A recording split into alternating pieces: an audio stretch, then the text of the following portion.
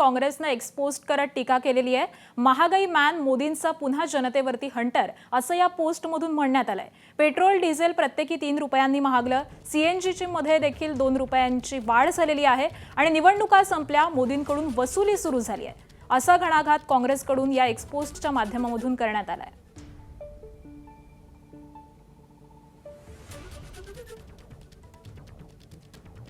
महागाई मॅन असा मोदींचा उल्लेख करत काँग्रेसकडून सरकारवरती सडकून अशी टीका करण्यात आलेली आहे। आज सकाळीच पेट्रोल आणि डिझेलचे दर हे वाढलेले आहेत आणि त्यानंतर मोदी सरकारवरती काँग्रेसनं हा हल्लाबोल केलेला आहे।